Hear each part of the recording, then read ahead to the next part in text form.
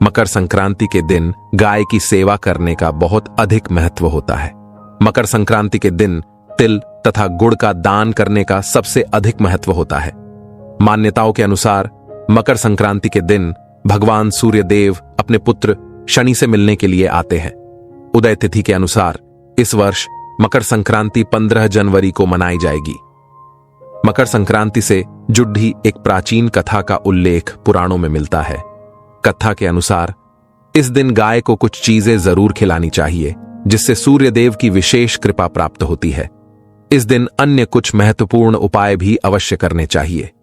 तो चलिए सबसे पहले हम जानते हैं मकर संक्रांति के दिन गाय को कौन सी चीजें खिलानी चाहिए। दोस्तों, एक बार द्वारका में भगवान श्री कृष्ण से मिलने के लिए उनके एक सखा आते हैं, जो दूर मध्य देश में निवास करते थे। श्री कृष्ण के मित्र अत्यंत दुखी और दरिद्री थे, इसीलिए वे भगवान श्री कृष्ण के पास गरीबी को दूर करने के लिए उपाय मांगने आते हैं।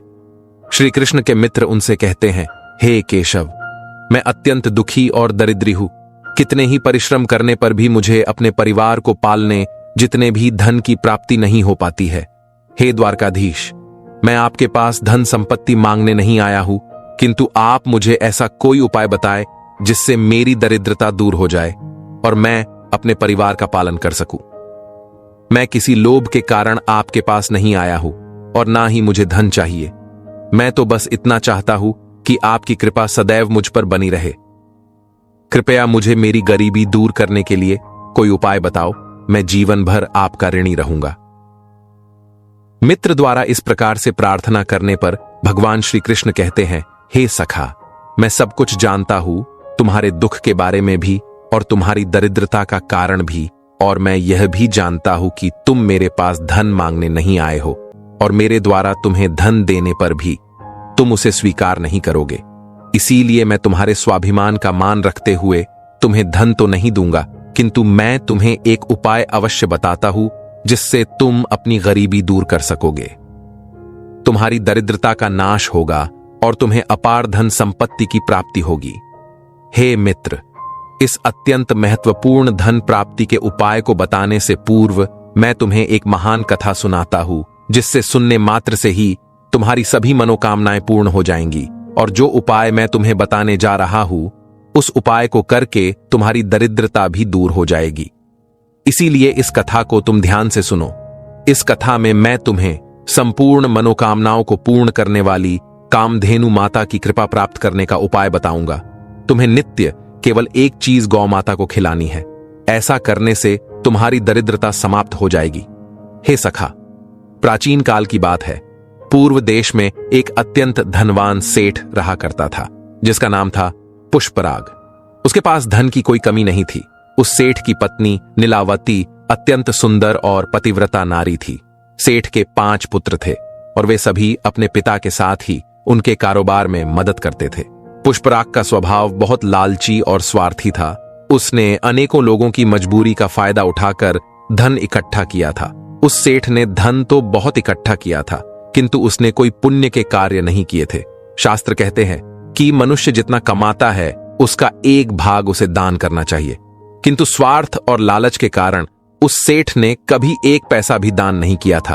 उसके द्वार पर आए किसी भी भिक्षुक को उसने 1 कौड़ी का भी दान नहीं किया, जिस कारण से उसके पुण्य ना के बराबर थे। फिर एक दिन उस सेठ के घर पर चोर लुटेरों ने हमला कर दिया और उसका सारा धन हड़प लिया। एकदम से लक्ष्मी को खो देने के कारण वह सेठ बहुत निराश हुआ और सदैव चिंता में रहने लगा। चिंता करने के कारण उसके शरीर में नाना प्रकार के रोग प्रकट हुए और वह बीमार होकर घर पर ही पड़ा रहा। धन के अभाव में उसका परिवार गरीबी में जीवन बिताने लगा। उसके बेटे भी खेत में काम करने लगे, लेकिन मेहनत करके भी वे थोड़ा सा ही धन कमा पा रहे थे और अपने परिवार का पेट पाल रहे थे। बहुत दिन बीत गए। उस सेठ की तबीयत दिन ब दिन खराब होती जा रही थी और उसे मृत्यु का भय सताने लगा। उसकी पत्नी उसकी बहुत सेवा किया करती थी, किंतु कोई भी उपाय करके भी सेठ की तबीयत ठीक नहीं हो रही थी। फिर एक दिन उस सेठ के द्वार पर यमराज साधु का भेष धारण करके पधारे और उन्होंने सेठ की पत्नी से कुछ अन्नदान करने को कहा। सेठ की पत्नी का स्वभाव दयालु था, इसीलिए उसने उस साधु महात्मा को घर के अंदर बुलाया और अपने रसोई में जो कुछ भी पड़ा था वह सारा उस साधु को भोजन में खिला दिया। इससे वह साधु अत्यंत प्रसन्न हुआ और कहने लगा, हे माता, आपने आज इस भूखे साधु की भूख मिटाकर बड़ा पुण्य का काम किया। मेरे मन में तुम्हें कोई वरदान देने की इच्छा हो रही है, इसीलिए आज तुम जो भी मांगो उसे मैं निश्चित ही पूर्ण करूंगा। साधु के यह वचन सुनकर उस सेठ की पत्नी ने कहा, हे महात्मा, आपको कोटि कोटि प्रणाम है। हे साधु, कुछ समय पहले हम बहुत ही धनवान थे, किंतु चोर लुटेरों ने हमारा सब कुछ छीन लिया, जिस कारण से हमें दरिद्रता में जीवन बिताना पड़ रहा है। मेरे पति की भी तबीयत खराब हो गई और वे भी मृत्युशैया पर लेटे हुए हैं। कृपया आप कुछ ऐसा उपाय बताएं हैं जिससे हमारे दुख दूर हो जाए। उस सेठ की पत्नी की बात सुनकर वह साधु महात्मा बोले, हे माता, तुम्हारी यह दुर्दशा तुम्हारे पति के कुकर्मों के कारण हुई है। उसने अपने जीवन में कभी दान धर्म नहीं किया, कभी कोई पुण्य का काम नहीं किया। उसने दूसरों को दुख देकर ही इतना सारा धन प्राप्त किया है, इसीलिए दुर्भाग्य उसका पीछा नहीं छोड़ रहा है। किंतु यदि तुम इस दुर्भाग्य से पीछा छुड़ाना चाहती हो तो मैं तुम्हें एक उपाय अवश्य बताऊंगा। तुम अभी सभी मनोकामनाओं को पूर्ण करने वाली कामधेनु माता की शरण में जाओ, वे निश्चित ही तुम्हारे दुख दूर करेंगी। तुम एक गाय अपने घर पर लाकर उसकी सेवा करो और नित्य उसे एक चीज खिलाओ जो मैं तुम्हें बताऊंगा, जिससे तुम्हारी दरिद्रता दूर हो जाएगी। इस प्रकार से वह साधु उस सेठ की पत्नी को उपाय बताते हैं और उसी स्थान पर अंतर्ध्यान हो जाते हैं। फिर इस चमत्कार को देखकर वह सेठ की पत्नी आश्चर्य में पड़ जाती है और उस साधु द्वारा बताए गए उपाय को करने का निश्चय करती है। उसके पास उतना धन तो नहीं होता है कि वह गाय को खरीदे, इसीलिए वह गांव के पास स्थित गौशाला में जाकर वह उपाय करती है। वह रोज सुबह चुपके से घर से निकलकर गौशाला जाने लगी और साधु द्वारा बताई हुई वह चीज उस गाय को खिलाने लगी। फिर एक दिन अचानक उसे यह समाचार मिला कि राजा के सिपाहियों ने उन चोर लुटेरों को पकड़ लिए है जिन्होंने उस सेठ का धन चोरी किया हुआ था। इस प्रकार से गौ माता के आशीर्वाद से उस सेठ को उसका सारा धन प्राप्त हुआ। फिर वह सेठ भी अपनी पत्नी के साथ रोज गौशाला में जाने लगा और गाय की सेवा करने लगा। रोज गाय के पीठ पर जो कुबड़ होता है उसे स्पर्श करने लगा, जिससे उसके सभी रोग भी नष्ट हो गए और वह फिर से स्वस्थ हो गए। इस प्रकार से गाय की सेवा करने मात्र से ही उस सेठ को सारी संपत्ति वापस मिल गई। उसके बाद वह सेठ रोज दान धर्म करता। उसने अपने घर के पास एक गौशाला भी बनाई और रोज गायों की सेवा करने लगा। श्री कृष्ण कहते हैं, हे सखा, अब मैं तुम्हें बताता हूं गाय की सेवा कैसे करनी चाहिए और गाय को कौन सी चीज खिलाने से धन की प्राप्ति होती है। हे मित्र, शास्त्रों में गाय को माता कहा गया है और समस्त देवी देवता भी इनका पूजन करते हैं। गायों के 6 अंग गोबर, मूत्र, दुग्ध, दधी और घृत ये अत्यंत पवित्र और शुद्धि के साधन भी हैं। गोबर से बिल्व वृक्ष उत्पन्न हुआ, उसमें लक्ष्मी विद्यमान है, इसलिए इसे श्री वृक्ष कहा जाता है। गोबर से ही कमल के बीज उत्पन्न हुए हैं। गोमूत्र से गुग्गुल की उत्पत्ति हुई है, जो देखने में प्रिय और सुगंधि युक्त है, जो सभी देवों का आहार है। संसार में मूलभूत गोदुग्ध से उत्पन्न है। सभी मांगलिक पदार्थ दही से उत्पन्न है। घी से अमृत उत्पन्न होता है, जो देवों की तृप्ति का साधन है। गाय से ही यज्ञ प्रवृत्त होता है। गौ माता के शरीर में 33 कोटि देवी देवताओं का निवास होता है। गाय एक अत्यंत पवित्र, निर्मल, शांत, निष्पाप जीव है। ऋग्वेद में इसे संसार का पालन पोषण करने वाली कामधेनु माता कहा गया है। इसके दर्शन मात्र से मनुष्य के हजारों पाप नष्ट हो जाते हैं। इसीलिए कभी इस निष्पाप गौ माता पर अत्याचार नहीं करना चाहिए। गाय को कभी मारना नहीं चाहिए और कभी उन्हें कष्ट नहीं देने चाहिए। गाय को मारना शास्त्रों में सबसे बड़ा पाप माना गया है। जो मनुष्य गाय की निस्वार्थ भाव से सेवा करेगा वह सुख समृद्धि प्राप्त करेगा। जो स्त्री रसोई में बनी पहली रोटी गौ माता को खिलाएगी वह सदा सुहागिन और सौभाग्यशाली रहेगी। जो लोग अपने घर में गाय से प्राप्त पंचगव्य को घर में रखेगा उसके घर में कभी दुख दरिद्रता नहीं आएगी। जो व्यक्ति प्रतिदिन किसी न किसी तरह से गौ माता की सेवा करता है वह सबसे अधिक पुण्यवान बन जाता है। शास्त्रों में गौ माता को मां लक्ष्मी का रूप माना गया है, इसीलिए उनकी पूजा करने से दरिद्रता दूर होती है। प्राचीन काल से ही गौ माता की सेवा और संरक्षण करने की परंपरा चली आ रही है। कई ऋषि मुनि अपनी कुटिया में गायों का पालन करते थे तथा राजा महाराज गायों का दान करते थे। गायों के दान को सबसे बड़ा दान कहा गया है। गाय का दान करने से सभी जन्मों के पाप नष्ट हो जाते हैं और मनुष्य को मोक्ष की प्राप्ति होती है। गौ माता के दर्शन करना बहुत शुभ होता है। शास्त्र कहते हैं रोज सुबह गाय के दर्शन होने से पुण्य की प्राप्ति होती है और सुबह गोबर के दर्शन होने से लक्ष्मी की प्राप्ति होती है।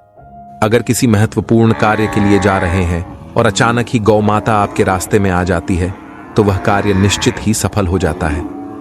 किसी भी यात्रा पर निकलते समय अगर गौ माता के दर्शन हो जाए तो वह यात्रा सुखपूर्वक पूर्ण हो जाती है, इसमें संशय नहीं है। कुंडली में यदि पितृदोष होता है तो अन्य उपायों के साथ साथ गौ माता को प्रतिदिन रोटी और घास खिलाने से लाभ होता है और पितृदोष से मुक्ति मिलती है। इसी तरह कुंडली में यदि शनि की 7.5 या महादशा है तो हर शनिवार और अमावस्या को काले रंग की गाय को घास या रोटी खिलाएं और उसकी पूजा करें। इससे शनि दोष कम होता है। गौमूत्र यानी कि गाय का मूत्र बहुत ही उपयोगी, पवित्र और स्वास्थ्य की दृष्टि से अत्यंत हितकारी होता है। आध्यात्मिक दृष्टि से तो गौमूत्र का महत्व है ही, साथ ही वैज्ञानिक और स्वास्थ्य की दृष्टि से भी गौमूत्र के बहुत से लाभ बताए गए हैं। गौमूत्र में बहुत से खनिज पदार्थ और स्वास्थ्य वर्धक तत्व होते हैं जो हमारे शरीर की शुद्धि करते हैं और बहुत से रोगों से भी बचाते हैं। साथ ही गौमूत्र छिड़कने से वातावरण में शुद्धता और पवित्रता व्याप्त हो जाती है। इसीलिए हमारे शास्त्रों में शरीर को निरोगी रखने के लिए प्रतिदिन गौमूत्र का सेवन करने तथा घर में गौमूत्र छिड़कने के लिए कहा गया है। कुंडली में शुक्र ग्रह की स्थिति को मजबूत करने के लिए ज्योतिष शास्त्र के अनुसार सुबह के भोजन में सबसे पहली रोटी निकालकर एक सफेद गाय को खिलाना शुभ माना जाता है। अगर कुंडली में बुध ग्रह कमजोर है या किसी कारण इसके दुष्प्रभाव झेलने पड़ रहे हैं तो हर बुधवार के दिन गाय को हरा चारा खिलाना शुरू कर दें। इससे बुध से जुड़े दुष्प्रभाव दूर होंगे और आपको तमाम समस्याओं का हल मिल जाएगा। अगर कुंडली में मंगल दोष है जिसके कारण आपके जीवन में कई तरह की परेशानियां हैं तो लाल रंग की गाय की सेवा करें। मंगलवार के दिन गाय का पूजन करें और उसे गुड़ और चने आदि खिलाएं। बृहस्पति ग्रह को जीवन के सभी मांगलिक कार्यों का कारक माना जाता है। ऐसे में अगर किसी व्यक्ति के जीवन में विवाह आदि मांगलिक कार्यों में विघ्न निर्माण हो रहे हैं तो उन लोगों को कुंडली में बृहस्पति ग्रह की स्थिति को मजबूत करने के लिए रोटी पर गुड़ और चने रखकर गाय को खिला देना चाहिए। इससे शुभ परिणाम प्राप्त होते हैं। अगर घर में अशांति है, लड़ाई झगड़े होते रहते हैं तो घर में सुख शांति बनाए रखने के लिए घर के अंदर गाय के गोबर से बने उपले को जलाना चाहिए और उसका धुआं संपूर्ण घर में फैलाना चाहिए। इससे घर की नकारात्मक ऊर्जा नष्ट होती है और सकारात्मक ऊर्जा में वृद्धि होती है। गाय के दूध, दही, घी, गोबर और गौमूत्र से बनने वाले मिश्रण को पंचगव्य कहते हैं। पंचगव्य को पापनाशक कहा जाता है और हिंदुओं की एक धार्मिक विधि प्रायश्चित करने में इसका उपयोग किया जाता है। पंचगव्य को बनाने वाली सभी वस्तुएं अत्यंत उपयोगी होती हैं जो स्वास्थ्य के लिए लाभदायक तो है ही, साथ ही औषधीय गुणों से भी भरपूर है। अगर द्वार पर गौ माता आती है तो उसे बिना रोटी खिलाए जाने मत देना, नहीं तो दुर्भाग्य का सामना करना पड़ेगा। क्योंकि जिसके द्वार से गाय बिना कुछ प्राप्त किए लौट जाती है उसके घर से लक्ष्मी भी चली जाती है। प्रत्येक स्त्री को प्रतिदिन गाय के लिए एक रोटी बनानी चाहिए और प्रेम से गौ माता को खिलानी चाहिए। इससे गौ माता का आशीर्वाद प्राप्त होता है और मन की इच्छाएं पूर्ण होती हैं। कुछ लोग गौ माता को बासी भोजन अथवा जूठन खिला देते हैं। इसे शास्त्रों में पाप माना गया है। आप किसी अन्य पशु को खिला सकते हैं लेकिन गाय को कभी जूठन नहीं खिलाना चाहिए। भूख लगने के कारण गौ माता उस अन्न को ग्रहण तो कर लेती है लेकिन इसका पाप उस व्यक्ति को लगता है जो गौ माता को ऐसा बासी भोजन खिलाता है। गाय एक शाकाहारी और पवित्र पशु है, इसीलिए गाय के भोजन में कभी मांस, अंडे आदि चीजें नहीं डालनी चाहिए। ऐसा करने से महापाप लगता है। यदि कुंडली में चंद्र दोष है और जिसके कारण लगातार परेशानी उठानी पड़ रही है तो रोटी पर सफेद मक्खन, नमक और घी लगाकर गौ माता को खिला दे। यदि शनि दोष है तो आटे में थोड़े काले तिल मिलाकर रोटी बनाकर गौ माता को खिला दे। इससे शनि दोष समाप्त होता है। मंगल दोष को दूर करने के लिए रोटी पर हल्दी लगाकर गाय को खिलाना चाहिए। अगर घर में धन की समस्या है तो गुरुवार के दिन गाय को केले का फल खिलाना चाहिए। इससे दरिद्रता दूर होती है। गौ माता के पीठ पर एक उभरा हुआ कूबड़ होता है। उस कूबड़ में सूर्य केतु नाड़ी होती है। जब भी द्वार पर गौ माता पधारे तो इस कूबड़ को एक बार जरूर स्पर्श करे। इससे जीवन से सभी रोगों का अंत होगा और धन संपत्ति की प्राप्ति होगी। शास्त्रों में कहा गया है, जो मनुष्य तन मन धन से गौ माता की सेवा करता है वह मृत्यु के बाद वैतरणी नदी को गौ माता की पूंछ पकड़कर पार कर लेता है। उस व्यक्ति की अकाल मृत्यु नहीं होती है और उसे मोक्ष की प्राप्ति होती है। जिस व्यक्ति के भाग्य की रेखा सोई हुई है, अगर वह व्यक्ति अपनी हथेली पर गुड़ रखकर गौ माता की जीभ से चटाता है तो उसकी सोई हुई भाग्य रेखा खुल जाती है और उसका दुर्भाग्य सौभाग्य में परिवर्तित हो जाता है। तो दोस्तों, इस प्रकार से भगवान श्री कृष्ण ने गाय का महत्व बताया है। आप भी नए साल की शुरुआत में गौ माता को ये चीजें जरूर खिलाए। आपकी सभी मनोकामनाएं अवश्य पूर्ण होगी। उम्मीद है आपको यह काथा और जानकारी पसंद आई होगी। वीडियो को लाइक जरूर करें, कमेंट में जय श्री कृष्ण अवश्य लिखें। साथ ही चैनल को सब्सक्राइब करें ताकि ऐसी ही आध्यात्मिक जानकारी आपको प्राप्त हो। आप सभी का धन्यवाद।